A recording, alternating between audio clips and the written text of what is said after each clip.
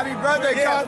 Happy birthday. I'm at a point in my life like we all grew up in this. Diddy might be locked up, but the shadows of his late-night circles are still moving.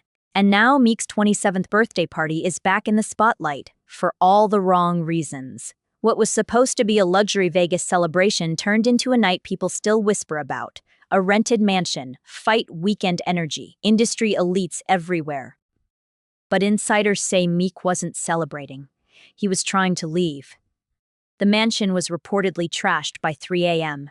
Broken bottles, ruined rooms, blood in places that didn't make sense. Staff allegedly called it disturbing, not just messy. Then came the rumor that something was recorded that night, an audio clip that later surfaced online and flipped everything upside down. When it hit the internet, chaos followed. What? Yo, wait a minute. Wait.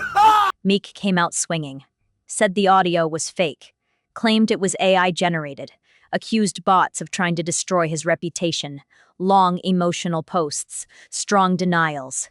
But the harder he pushed, the more the internet rewound the tape. Old interviews resurfaced, old photos, moments where he and Diddy looked unusually close. Jokes that once seemed harmless suddenly felt different.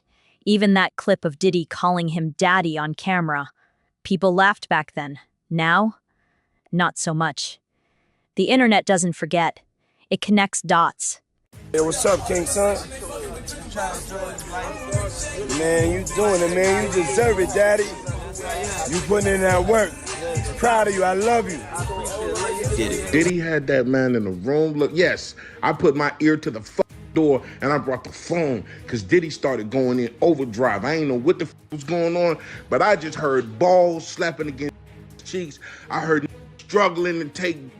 I heard being like, yeah, daddy. Like when he started all that daddy this and daddy that, and then I heard some hollering and struggling like, yeah, I kept the phone. Then Jaguar Wright stepped in with explosive claims. Allegations about payments, about silence, about power plays involving Meek and Nicki Minaj. No proof dropped, but the accusation alone poured gasoline on the fire.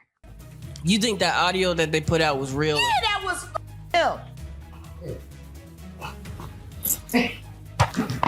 Nicki put that out there. That Nicki recorded that at the freak off in the Calabasas. She been waiting to drop that shit on Meek. Nicki later brushed it off on a podcast, laughed, said Meek feeds off controversy and doesn't care about leaks. But that response didn't calm anything. It only made people look closer.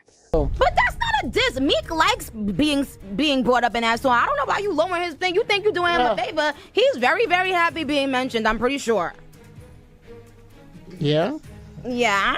Okay. Then DJ Academic started firing shots. Meek didn't respond calmly. He exploded. Threats, angry posts, heavy energy. And when someone reacts that loud, people assume something deeper got touched.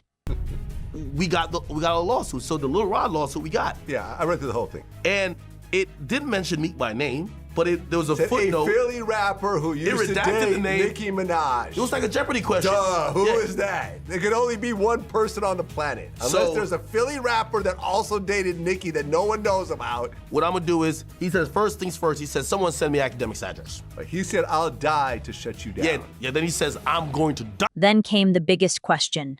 If the audio was fake, why wasn't there a full investigation? Meek talked about putting up $100,000 to clear his name. But no final report ever surfaced. No concrete proof. Just tweets. And then silence. That silence grew louder once Diddy's legal world collapsed. When Diddy got hit with serious charges, industry friends vanished overnight. Posts deleted, pictures gone, distancing began. Meek was loud about separating himself, said he was never involved in anything inappropriate, said blogs were twisting narratives. At first, his message was simple. I wasn't there like that. He even leaned into the no Diddy energy. So, what's up? Yeah, y'all already know how we playing out this real life. Real life. Diddy gang, Meek Mill in real life. Don't ever disrespect me, you heard? Talk that Meek. Yeah, Meek. But later, the story shifted. Meek admitted he had been around those parties, said there were drugs, wild vibes, chaos. but claimed he stayed out of anything questionable. And that's where eyebrows raised. Because I was never there, and I was there but didn't participate are two different statements. When the narrative adjusts, people assume details are missing, especially considering timing. Meek didn't strongly distance himself until prison time became real for Diddy. Before that, no public outrage, no moral stance, just parties, jets, vacations. That's why 50 Cent clowned him hard, even remixing Rick James's Give It To Me Baby visuals to mock their closeness. Once the jokes start sticking, they don't wash off easy. That he'll pay somebody $100 grand to investigate that he has nothing to do with anything with Diddy. Man, look, you can't take back what your received. Now that Diddy is behind bars, investigators are reportedly reviewing old footage. Anyone who stood close is under scrutiny.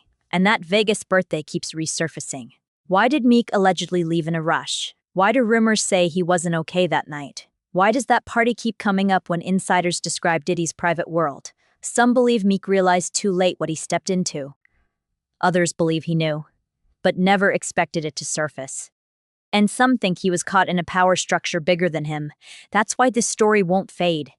It's not just about a party. It's about influence. About what happens when a rising artist enters the orbit of someone with money, power, and secrets.